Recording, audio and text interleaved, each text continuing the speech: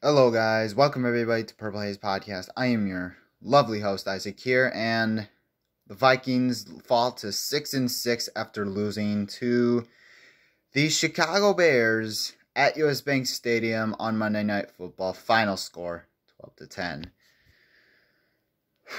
I am so mad right now. I am absolutely frustrated after that loss last night, and that was just disgusting. I am absolutely disgusted at what happened last night, and straight up, this was a game that basically they snatched defeat from the jaws of victory again. Inexcusable to lose that. I've never, and here's the crazy thing. I've never felt this disgusted after a loss since 2021. The Cowboys and Ravens game. I never felt this way before, but here I am. I'm absolutely frustrated at this. This makes me so upset, man. So, getting to the time of possession, the Bears won the time of possession battle by 11 minutes. Vikings stats, 242 total yards, 169 passing yards, 73 rushing yards, 2 turnovers, 15 first downs, 2 of 9 on the third down conversions. They got 3 sacks. As for the Bears, they had 317 yards, 199 passing yards, 118 rushing yards. They forced 4 turnovers, 18 first downs, 8 of 18 on the third down conversions. They got 2 sacks. So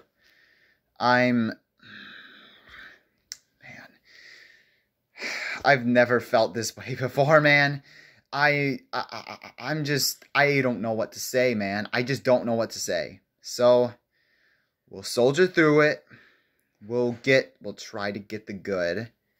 Some basically praise Brian Flores. I mean, this dude absolutely gave this team every single opportunity last night to win. Brian Flores, I mean, that last drive is not on him. They should not have to be in the position. It's completely unfair that he was left hanging out to dry like that. And so I will explain why. And Brian Flores literally coached. Brian Flores coached really good last night. He did a great job. He didn't allow a single touchdown. He did not allow a single touchdown. He allowed only 1 touchdown in 2 games. 33 points in 2 games. He is no doubt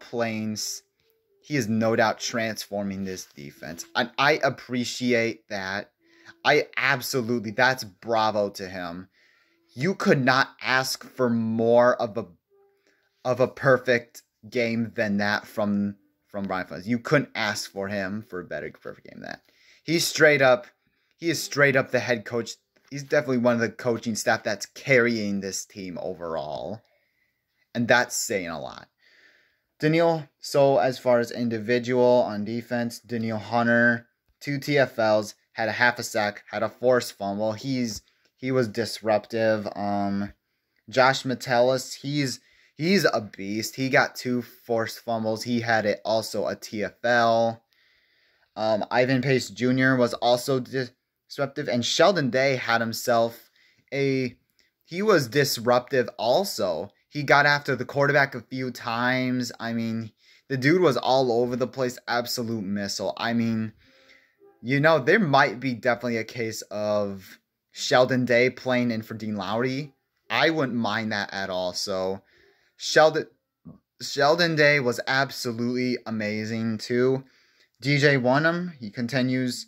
He almost had 1 pick six and also had basically 2 pass deflections at the line of scrimmage. He was great. He was fantastic. He didn't have a sack, but he was still getting in the backfield though still. And really the best player on offense, I would say personally, is TJ Hawkinson. 5 catches for 50 yards, got the only touchdown. He came in as of late right now in the second half. Not really much in the first half, but all right. So let's get to the bad now. How the Vikings even lost. Jordan Addison and that drop. I mean, you gotta make sure you gotta catch that ball. He was one of the reasons why the Vikings had one of their 4 Joshua Dobbs interceptions. But Jordan Addison is not the main reason we lost. Really, he isn't. But you just gotta catch that ball because that's a momentum changer if you catch that. Josh Dobbs was terrible. He was terrible, and this absolutely tells me and justifies the narrative that Josh Dobbs is a backup quarterback for a reason. He is a good backup quarterback to keep you afloat, but not in the long run. He completed 68% of his passes, 185 yards, a touchdown, 4 interceptions. 3 of them which were on Josh Dobbs. He was downright atrocious last night. He was. I'm not giving him a pass at all. So literally he just 3 interceptions. I mean, one of them, yes, was not on him, but 3 of them were. And also, even if he did not throw interceptions, besides that third to last offensive possession, there was also another interception that could have been a pick 6. He threw it right to the defender, and he is very lucky that it was not a pick 6 at all. He was very lucky.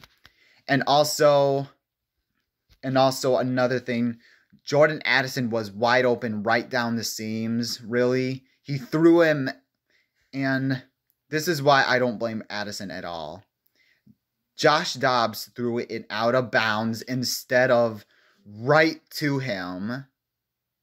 So Josh Dobbs is a backup quarterback for a reason, and I feel like, I mean, it was definitely a good run with Josh Dobbs, but I've already said this before, that Jaren Hall is your guy the rest of the season, and I still stand by that. They need to just bench Dobbs, play Jaren Hall against the Raiders, and for the rest of the season, unless he somehow gets injured, and go from there. And KOC, I mean, I tried to defend this dude all along. I really, really, really tried to defend this dude and say, you know what, maybe they need to do this, but I can't defend him. I'm sorry, I just can't.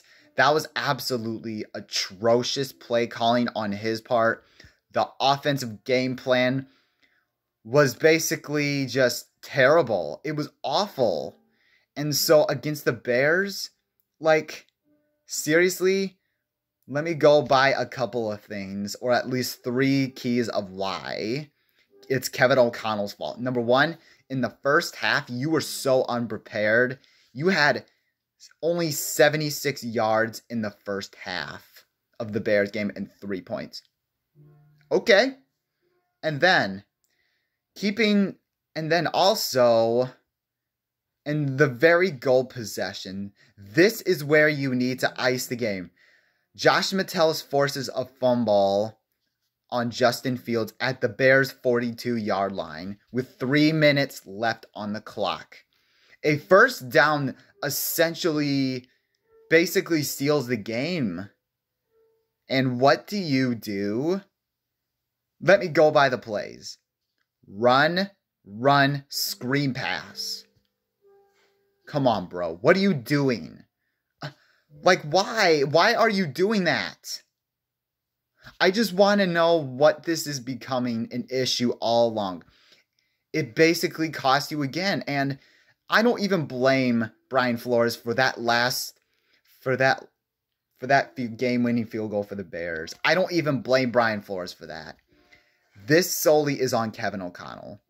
And also, it just seems like to me that you're really, really scared in multiple facets and multiple reasons for putting the best players out there and not hurting their feelings, for play calling. I'm not saying as a human being he is scared and gutless. I'm not saying that. It's his coaching that is spineless. Why is this becoming a constant issue where against the Broncos, you just carried it over to the Bears game where you basically are up 10-9, get the first down, and then go from there. And you fold as a head coach? The defense gave up only 4 field goals. They only gave up 4 field goals. And they only gave up 12. And for an offensive-minded head coach, that's not enough? I just don't get what Kevin O'Connell is doing right now. I just don't understand, like, oh my God, I just don't understand what Kevin O'Connell's doing. Like, and you allow Josh Dobbs, not only the fact that you allow Josh Dobbs to stay in, you're allowing Alexander Mattison, and it's just you're being really scared at putting the best players out there. And I don't even know what Kevin O'Connell's going to do. He needs to give up play calling, and personnel-wise, that's the only solution I can even think of for Kevin O'Connell to be a successful head coach with the Minnesota Vikings. Bottom line, I mean, there's no excuses for Kevin O'Connell to just lay down and milk clock at the end of the game when you know you need a first down.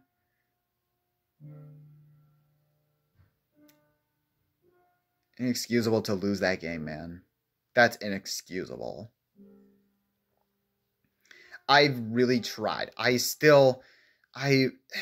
just very hard to defend him after a game like this. Every time I defend this dude and he pulls off something like that, I look stupid. So,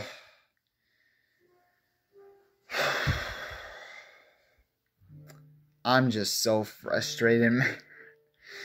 I'm just so frustrated right now. This is just what, I don't even know what they should do right now. Because after this bye week, they need to make some changes as soon as possible right now, because you're basically one and done in the playoffs like this. Or you're not going to make it. And that is why the Vikings are 6-6, is because playing not to lose is the reason why we're 6-6. Absolutely, I don't even know anymore, man. I don't know. So thank you guys so much for watching. Make sure you guys hit that like button, hit that subscribe button if you haven't already. Skull.